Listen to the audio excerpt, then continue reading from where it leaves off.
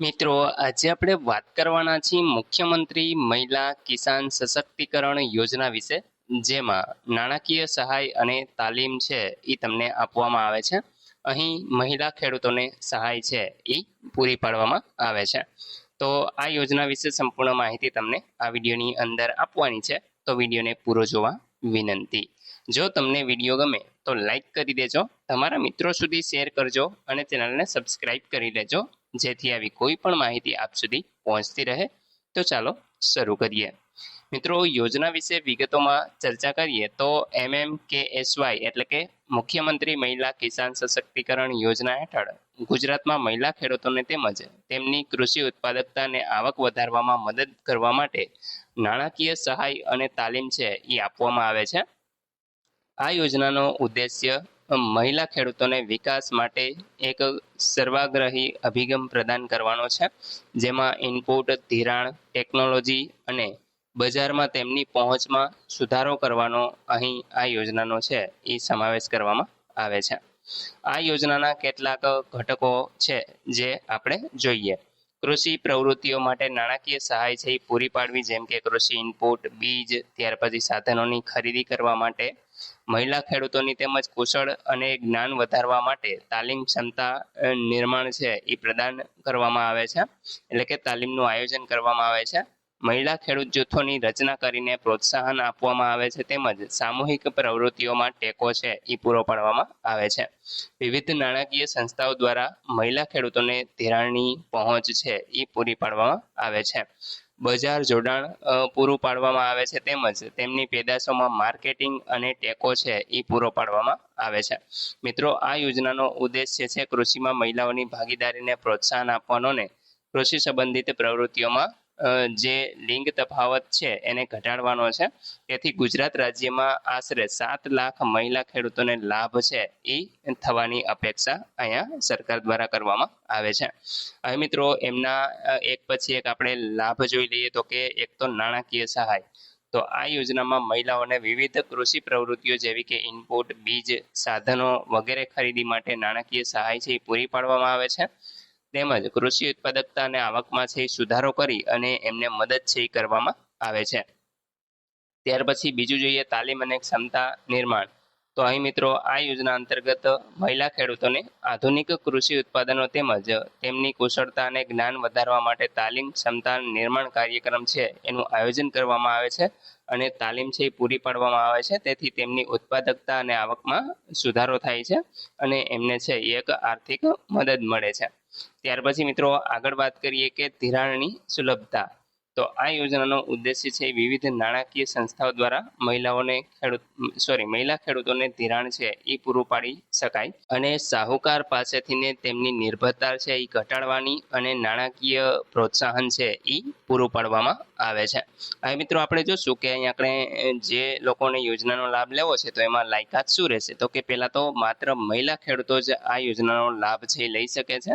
મહિલા ખેડૂતો કે જેઓ પોતાની ખેતીની જમીન માલિકીની છે અથવા તો તેનું સંચાલન કરે છે તો તેવા અરજી છે એ કરી શકે છે.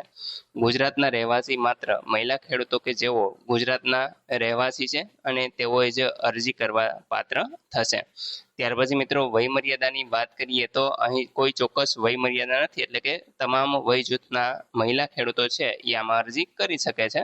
બાકી મિત્રો, આવકમાં પણ કોઈ ચોક્કસ માપદંડ નથી. આર્થિક રીતે નબળા વર્ગની મહિલાઓ છે એને પ્રાથમિકતા આપવામાં આવે છે, બાકી અરજી છે એ બધા કરી શકશે. જમીન માલિકી, જે મહિલાની ના નામે જમીન છે તેમનું સંચાલન કરે છે તો આવા મહિલાઓ છે એ પોતાની અરજી કરી શકશે. બાકી મિત્રો, નોંધણી કરવા માટે મહિલા ખેડૂતોએ આ યોજના માટે અરજી કરવા છે એ કૃષિ અને સહકાર વિભાગમાં નોંધણી છે એ કરાવવાની હોય છે. અહીં આપણે જૂથ રચનાની વાત કરીએ તો મહિલા ખેડૂતો પણ જૂથો બનાવી શકે છે અને સામૂહિક રીતે યોજના માટે અરજી છે એ કરી શકે છે. હવે મિત્રો, વાત કરીશું કે આમાંથીને બાકાત કોણ રહેશે, એટલે કે કોણ અરજી નથી કરી શકતો. એક તો સરકારી કર્મચારી હોય તો તેવા લોકો છે એ અરજી નહીં કરી શકે. આ યોજના હેઠળ લાભ મેળવનાર વિદ્યાર્થીને આ હેતુ માટે અન્ય કોઈ યોજના હેઠળ લાભ લેવાની મંજૂરી આપવામાં આવશે નહીં. તો અહીં મિત્રો, જે લોકો સરકારી કર્મચારી હોય અથવા તો યોજના હેઠળ જે લાભ લઈએ છે વિદ્યાર્થીને આ હેતુ માટે છે એ કોઈ પણ યોજના હેઠળ લાભ છે એ મળવા પાત્ર નથી. હવે મિત્રો અરજી પ્રક્રિયાની વાત કરીએ તો અરજી પ્રક્રિયા છે એ ઓનલાઈન રહેશે, જેમાં અરજીપત્રક મેળવવા માટે નજીકની કોઈ પણ સરકારી કૃષિ કચેરી અથવા તો ગ્રામ પંચાયત કચેરીની તમારે મુલાકાત લેવાની છે. વ્યક્તિગત માહિતી, જમીન માલિકીની વિગત, કૃષિ પ્રવૃત્તિઓ વગેરે જેવી જરૂરિયાતો છે એની સાથે તમારે જોડવાની છે અને અરજીપત્રક છે એ ભરવાનું રહેશે. અરજીપત્રક અને જમીન માલિકના દસ્તાવેજ છે, ઓળખપત્રો, બેંક ખાતાની વિગત, આ તમામ જરૂરી દસ્તાવેજો છે એ તમારે સાથે જોડવાના છે. સરકારી કૃષિ કાર્યાલય અથવા તો ગ્રામ પંચાયતના દસ્તાવેજો છે એ તમારે અરજીપત્રક સાથે જમા કરાવવાના રહેશે. સબમિટ કર્યા પછી સંબંધિત અધિકારીઓ દ્વારા તેમની ચકાસણી કરવામાં આવશે અને પાત્ર જે મહિલા ખેડૂતો છે એમને નાણાકીય સહાય છે એ પૂરી પાડવામાં આવશે. ત્યાર પછી મિત્રો વાત કરીશું કે તમારે આના માટે કયા કયા દસ્તાવેજો જોશે. તો પહેલાં તો તમારું આધાર કાર્ડ છે, એમાં રહેઠાણનો પુરાવા તરીકે તમારે આધાર કાર્ડ આપવાનું છે.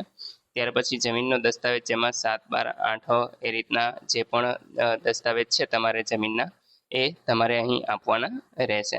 ત્યાર પછી મિત્રો બેંક ખાતાની વિગત, તો તમારા નાણાકીય સહાય છે એ પૂરી પાડવા માટે તમારું બેંક ખાતું છે એ આપવાનું છે.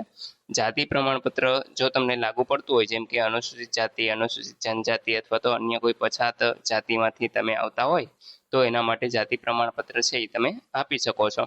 બાકી મિત્રો આવકનો દાખલો છે જો હોય તો તમે આપી શકો છો, બાકી કોઈ ફરજિયાત નથી, કારણ કે અહીંયા આપણે કોઈ પણ આવક મર્યાદા છે એ લાગુ પડતી નથી. પાસપોર્ટ સાઇઝનો ફોટોગ્રાફ જોશે અને નોંધણી પ્રમાણપત્ર, જે અરજદારોએ કૃષિ અને સહકાર વિભાગ પાસેથી નોંધણી પ્રમાણપત્ર છે એ મેળવવાનું હોય છે. તો મિત્રો આટલા જે દસ્તાવેજો છે એ તમારે અવશ્ય તમારા અરજી ફોર્મ સાથે રાખવાના રહેશે. આશા રાખું છે કે મહિલા સશક્તિકરણ યોજના વિશે તમને સંપૂર્ણ માહિતી મળી ગઈ છે. તેમ છતાં પણ કોઈ પ્રશ્ન હોય તો તમે કોમેન્ટ દ્વારા પૂછી શકો છો.